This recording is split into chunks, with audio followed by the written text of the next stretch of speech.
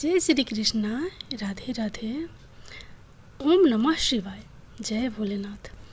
प्रिय भक्तजनों, भादो मास के कृष्ण पक्ष का शनि प्रदोष व्रत 31 अगस्त यानी आज दिन शनिवार को रखा जाएगा। आप सभी को शनि प्रदोष व्रत की हार्दिक शुभकामनाएं। शनि प्रदोष व्रत के दिन माता पार्वती और भगवान शिव जी की पूजा के साथ साथ शनि देव जी की पूजा करने से भक्तों की सभी मनोकामनाएं पूर्ण हो जाती हैं।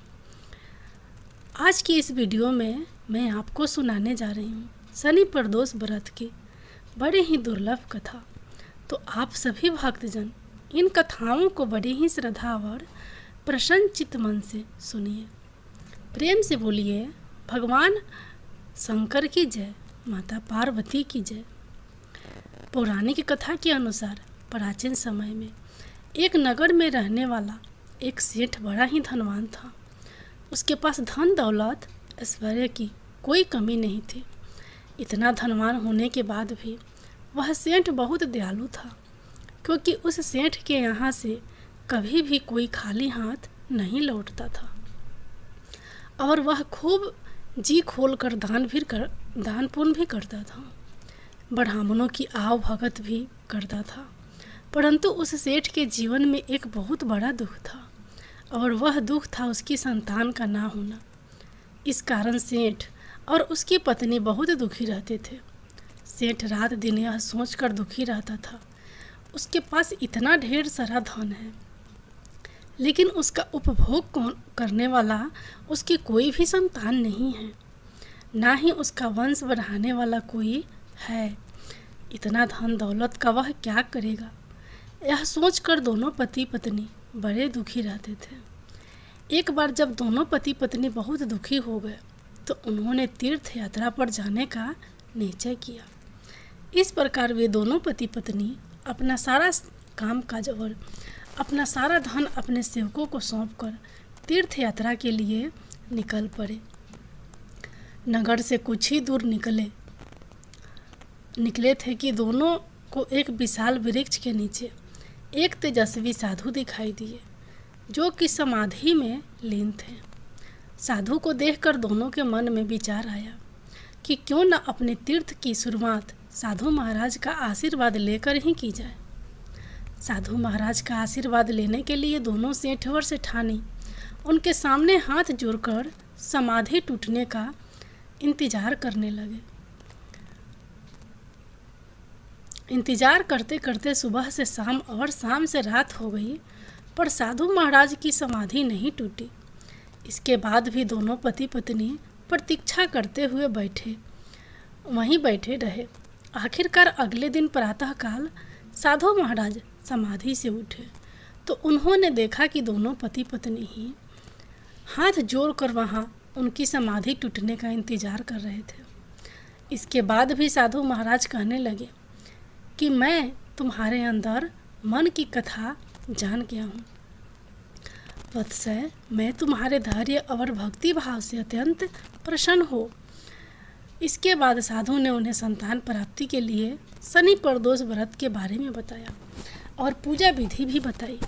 साधु महाराज ने सेठ और सेठानी से कहा कि इस व्रत को तुम पति पत्नी मिलकर श्रद्धा और भक्ति भाव के साथ करो और सभी नियमों का पालन कर भगवान शिव और पूरे शिव परिवार की पूजा करो।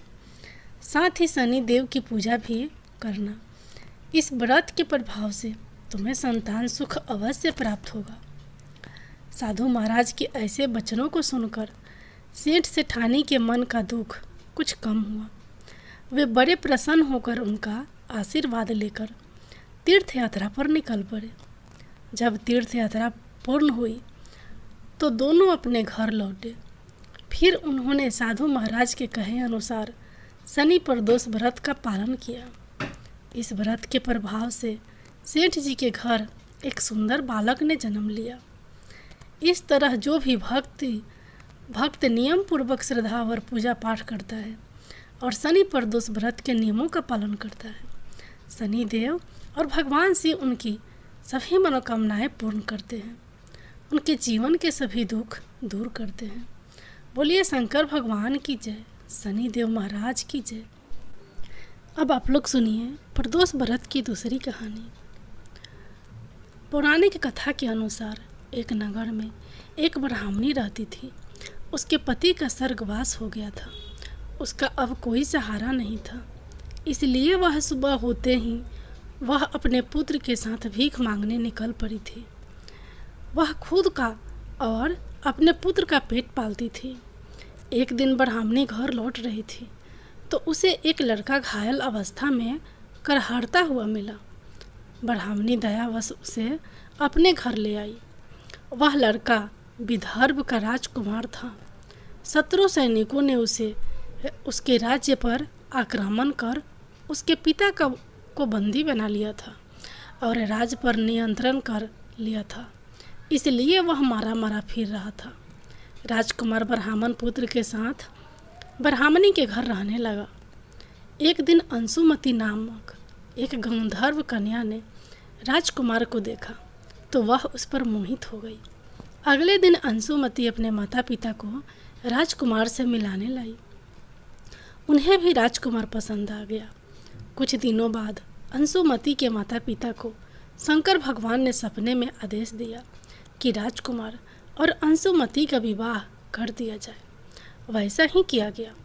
ब्राह्मणी प्रदोष व्रत करने के साथ ही भगवान शंकर की पूजा पाठ किया करती थी। प्रदोष व्रत के प्रभाव और गंधर्व राज की सेना की सहायता से राजकुमार ने विदर्भ से शत्रुओं को खदेड़ दिया और पिता के साथ फिर से सुखपूर्वक रहने लगा। राजकुमार ने ब्राह्मण पुत्र को अपना प्रधानमंत्री बनाया। मान्यता है कि जैसे ब्राह्मणी के प्रदोष व्रत के प्रभाव से दिन बदले, वैसे ही भगवान शंकर अपने भक्तों के दिन फेरते हैं। जय भोलेनाथ, जय माता पार्वती।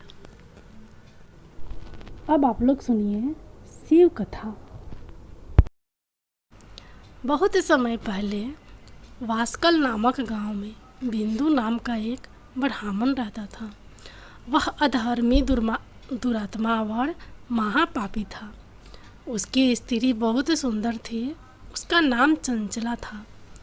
वह सदा उत्तम धर्म का पालन करती थी, परंतु बिंदु वैश्यागामी था। इस तरह कुकर्म करते हुए बहुत समय व्यतीत हो गया। उसकी स्त्री काम से पीड़ित होने पर भी धर्मनाश के भय से कलेश सहकर भी काफ़ी समय तक धर्म भ्रष्ट नहीं हुई, परंतु आगे चलकर वह भी अपने दुराचारी पति के आचरण से प्रभावित होकर दुराचारी और अपने धर्म से विमुख हो गई। इस तरह दूरा में डूबे हुए उन पति पत्नी का बहुत समय व्यर्थ बीत गया।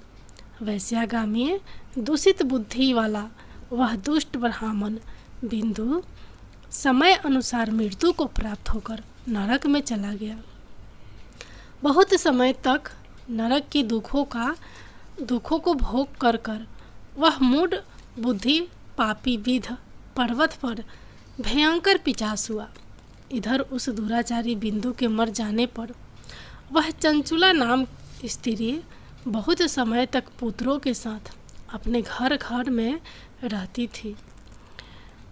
पति की मृत्यु के बाद वह भी अपने धर्म से गिरकर पराये पुरुषों का संग करने लगी थी। सती विपत्ति में भी अपने धर्म का पालन करना नहीं छोड़ती। यही तो तप है। कठिन तो होता है, लेकिन इसका फल मीठा होता है। एक दिन देव योग से किसी पुण्य पर्व के आने पर वह अपने भाई बंधुओं के साथ गोकर्ण क्षेत्र में गई। उसने तीर्थ के जल में स्नान किया और बंदी जनों के साथ यहाँ वहाँ घूमने लगी। वह एक देव मंदिर में गई। वहाँ उसने एक ब्राह्मण के मुख से भगवान शिव की परम पवित्र एवं मंगलकारी कथा सुनी। ब्राह्मण कह रहे थे कि जो स्त्रियाँ भव्य विचार करती है वे मरने के बाद जब यम लोक जाती है तब यम राज के दूत उन्हें तरह तरह के यंत्रणा देते हैं कि वे उसके कामागार के दंडों से दगत है। उसका संघर्ष कराते हैं। यह सारे दंड इतनी वेदना देने वाले होते हैं कि जीव पुकार पुकार कर कहता है कि अब वह ऐसा नहीं करेगा, लेकिन यमदूत उसे छोड़ते नहीं हैं। कर्मों का फल तो सभी को भोगना पड़ता है। देव, ऋषि, मनुष्य सभी इससे बंधे हुए हैं। ब्राह्मण के मुख से यह वैराग्य बढ़ाने वाली कथा को सुनकर चंचला भय से व्याकुल हो गई। कथा समाप्त होने पर सभी लोग वहाँ से चले गए। तब कथा बाँचने वाले ब्राह्मण देवता से चंचला ने कहा, हे ब्राह्मण, धर्म को न जानने के कारण मेरे द्वारा बहुत बड़ा दुराचार हुआ है। स्वामी, मेरे ऊपर कृपा कर मेरा उद्धार कीजिए। आपके प्रवचन को सुनकर मुझे इस संसार से वैराग्य हो गया है। मुझ मूढ़ चित्त वाली पापनी को धिक्कार है। मैं निंदा के योग हूँ। मैं बुरे विषयों में फंसकर अपने धर्म से विमुख हो गई थी। कौन मुझ जैसे को मार्ग में मन लगाने वाली पापनी का साथ देगा?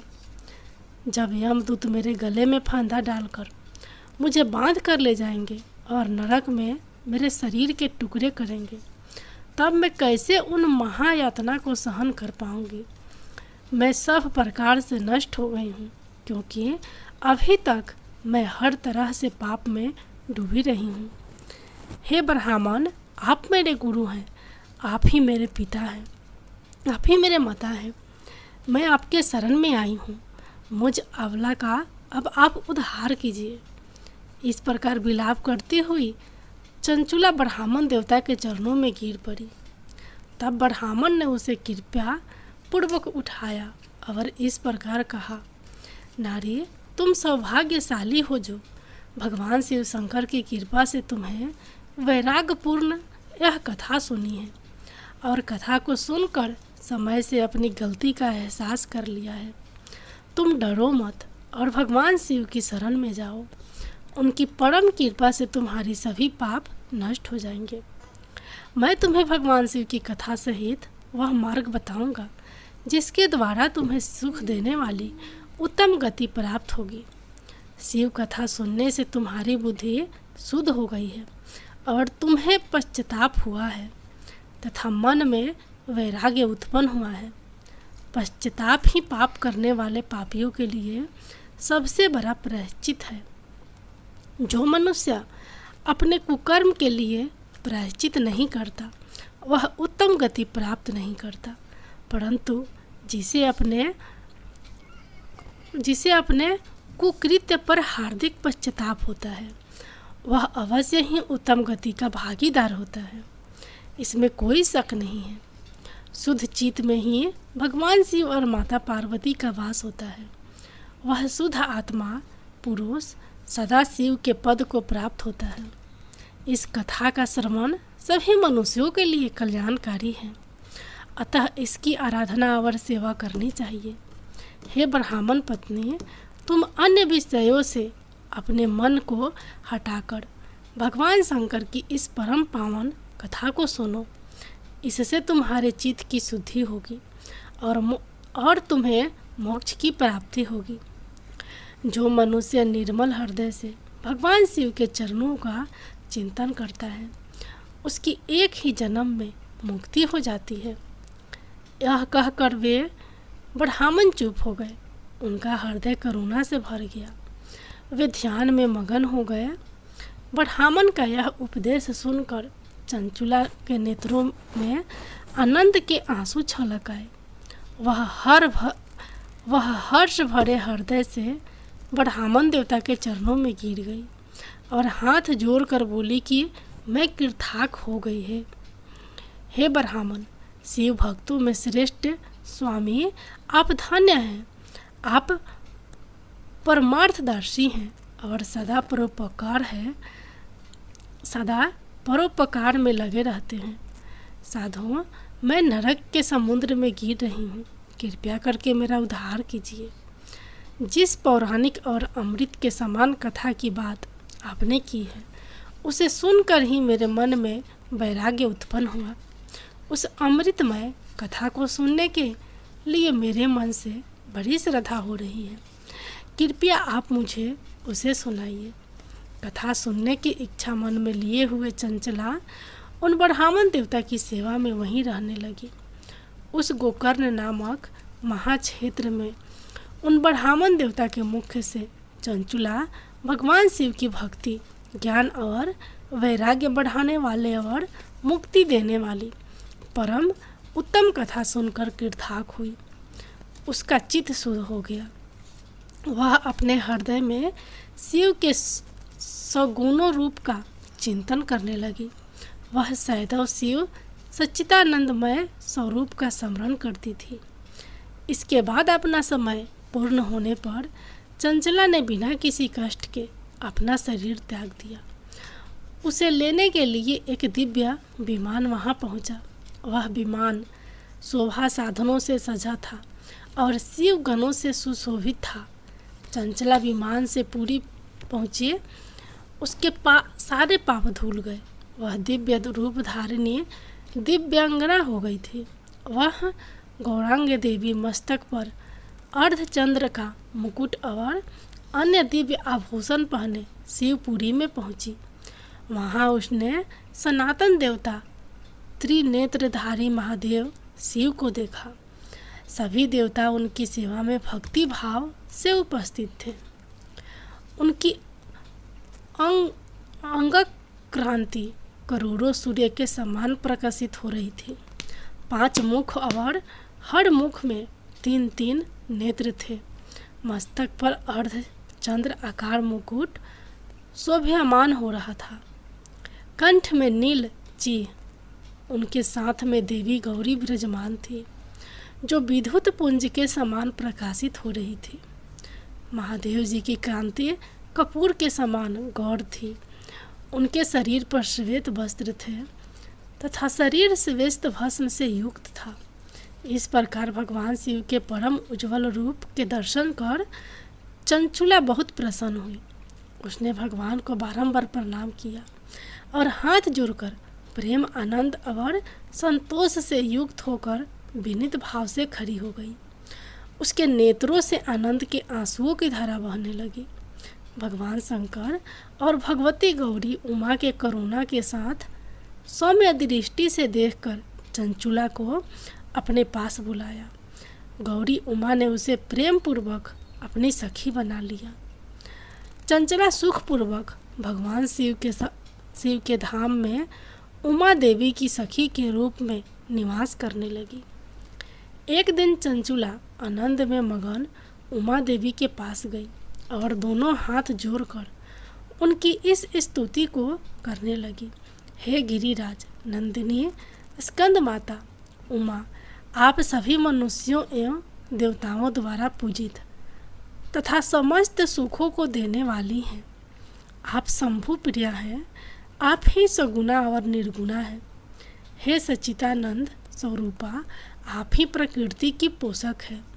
हे माता, आप ही संसार की सृष्टि, पालन और संहार करने वाली हैं। इस प्रकार संगीत प्राप्त चंचुला देवी की स्तुति कर शांत हो गई। उसकी आंखों में प्रेम के आंसू उमड़ आए। तब शंकर प्रिया भक्त वत्सला उमा देवी ने बड़े प्रेम से चंचुला को चुप कराते हुए कहा कि सखी चंचुला, मैं तुम्हारी इस स्तुति से प्रसन्न हूँ। बोलो क्या वर मांगती हो। तब चंचुला बोली, हे गिरि राजकुमारी, मेरे पति बिंदु इस समय कहाँ हैं? उनकी स्थिति कैसी है? मुझे बताइए और कुछ उपाय कीजिए ताकि हम फिर से मिल सके। हे महादेवी, मेरे पति एक शूद्र जाति वैश्या के प्रति आसक्त थे और पाप में ही डूबे रहते थे। गिरिजा बोली, बेटी, तुम्हारा पति बिंदु पापी था। उसका अंत बड़ा भयानक हुआ। वैश्या का उपयोग करने के कारण वह मूर्ख नरक में अनेक वर्षों तक अनेक प्रकार के दुख भोग कर अवशेष पाप को भोगने के लिए विंध्य पर्वत पर पिशाच की योनि में रह रहा है और वह दुष्ट वहीं वायु पीकर रहता है और सब प्रकार के कष्ट को सहता है। गौरी देवी की यह बात सुनकर चंचुला अत्यंत दुखी हो गई। फिर मन को किसी तरह स्थिर करते हुए दुखी हृदय से माँ गौरी से उसने एक बार फिर पूछा, हे महादेवी, मुझ पर कृपा कीजिए और मेरे पापी पति का अब उद्धार कीजिए। कृपया करके मुझे वह उपाय बताइए जिससे मेरे पति को उत्तम गति प्राप्त हो सके। गौरी देवी ने कहा, यदि तुम्हारा पति भगवान शिव की पुण्यम उत्तम कथा सुने तो वह इस दुर्गति को पार करके उत्तम गति का भागी हो सकता है। अमृत के समान मधुर गौरी देवी के यह वचन सुनकर चंचुला ने दोनों हाथ जोड़कर मस्तक झुकाकर उन्हें बार बार प्रणाम किया और प्रार्थना की कि मेरे पति को भगवान शिव की कथा सुनाने की व्यवस्था कीजिए। ब्राह्मण पत्नी चंचुला के बार बार प्रार्थना करने पर शिव प्रिया गौरी देवी ने भगवान शिव की महिमा का गान करने वाले गंधर्व राज तुमरो को बुलाकर कहा, तुमरो, तुम्हारी भगवान शिव में प्रीति है। तुम मेरे मन की सभी बातें जानकर मेरे कार्यों को सिद्ध करते हो। तो मेरी इस सखी के साथ विंध्य पर्वत पर जाओ और वहाँ एक महाघोर और भयंकर पिशाच रहता है। पूर्व जन्म में वह पिशाच बिंदु नामक ब्राह्मण मेरी इस सखी चंचला का पति था। वह वेश्यागामी हो गया था। वह स्नान संध्या आदि नित्य कर्म छोड़कर अपवित्र रहने लगा। क्रोध के कारण उसकी बुद्धि नष्ट हो गई। दर्जनों से उसकी मित्रता और सजनों से द्वेष बढ़ गया था। वह अस्त्र शस्त्र से हिंसा करता, लोगों को सताता और उनके घरों में आग लगा देता था। चंडाल से दोस्ती करता और वह रोज वेश्या के पास जाता था। पत्नी को त्याग कर दुष्ट लोगों से दोस्ती कर उन्हीं के संपर्क में रहता था। वह मृत्यु तक दुराचार में फंसा रहा। मृत्यु के बाद उसे पापियों के भोग स्थान यमपुरी में ले गए। वहाँ घोर नरक को सहकर इस समय वह विंध्य पर्वत पर पिशाच बनकर रह रहा है और पापों का फल भोग रहा है। तुम उसके सामने परम पुण्यम का नाश करने वाली भगवान शिव की दिव्य कथा का प्रवचन करो। इस कथा के सुनने से उसका हृदय सभी पापों से मुक्त होकर शुद्ध हो जाएगा और वह प्रेत योनि से मुक्त हो जाएगा। दुर्गति मुक्त होने पर उस बिंदु नामक पिशाच को तुम विमान पर बिठाकर भगवान शिव के पास ले आना। माँ उमा का आदेश पाकर गंधर्व राज तुमरो प्रसन्नतापूर्वक अपने भाग्य की सराहना करते हुए चंचुला को साथ लेकर विमान से पिशाच के निवास स्थान विंध्य पर्वत पर गया।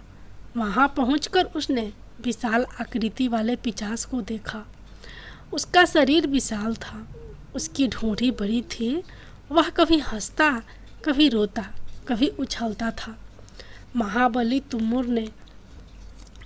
तुमरू ने बिंदु को कथा वाचने के लिए स्थान तलाश कर मंडप की रचना की। शीघ्र ही इस बात का पता लोगों को चल गया कि एक पिशाच के उद्धार हेतु देवी पार्वती की आज्ञा से तुमरू भगवान शिव की कथा सुनाने विंध्य पर्वत पर आया है। उस कथा को सुनने के लोभ से बहुत से देवर्षि वहां पहुंच गए। सभी को आदरपूर्वक स्थान दिया गया। पिशाच बिंदु को पासों में बांधकर आसन पर बिठाया गया और तब तुमरो ने परम उत्तम भगवान शिव के अमृत कथा का गुणगान शुरू किया, जिससे सभी श्रोता कृतार्थ हो गए। परम पुण्यम कथा को सुनकर पिशाच सभी पापों से मुक्त हो गया और उसने पिशाच शरीर का त्याग कर दिया। शीघ्र ही उसका रूप दिव्य हो गया। उसका शरीर गौर वर्ण का हो गया। शरीर पर श्वेत वस्त्र एवं पुरुषों के आभूषण आ गए। इस प्रकार दिव्य देहधारी होकर बिंदु अपनी पत्नी चंचुला के साथ स्वयं भी भगवान शिव का गुणगान करने लगा। उसे दिव्य रूप में देखकर सभी को बहुत आश्चर्य हुआ। उसका मन परम आनंद से परिपूर्ण हो गया। सभी भगवान महेश्वर के अद्भुत चरित्र को सुनकर कृतार्थ होकर उनका यशोगान करते हुए अपने अपने धाम को चले गए। बिंदु अपनी पत्नी चंचुला के साथ विमान में बैठकर शिवपुरी की ओर चल दिया। महेश्वर के गुणों का गान करता हुआ बिंदु अपनी पत्नी चंचुला और तुमरों के साथ शीघ्र ही शिव धाम पहुंच गया। भगवान शिव देवी पार्वती ने उसे अपना पार्षद बना लिया। दोनों पति पत्नी सुखपूर्वक भगवान महेश्वर एवं देवी गौरी के श्री चरणों में अविचल निवास पाकर धन्य हो गए। बोलिए उमा महेश्वर भगवान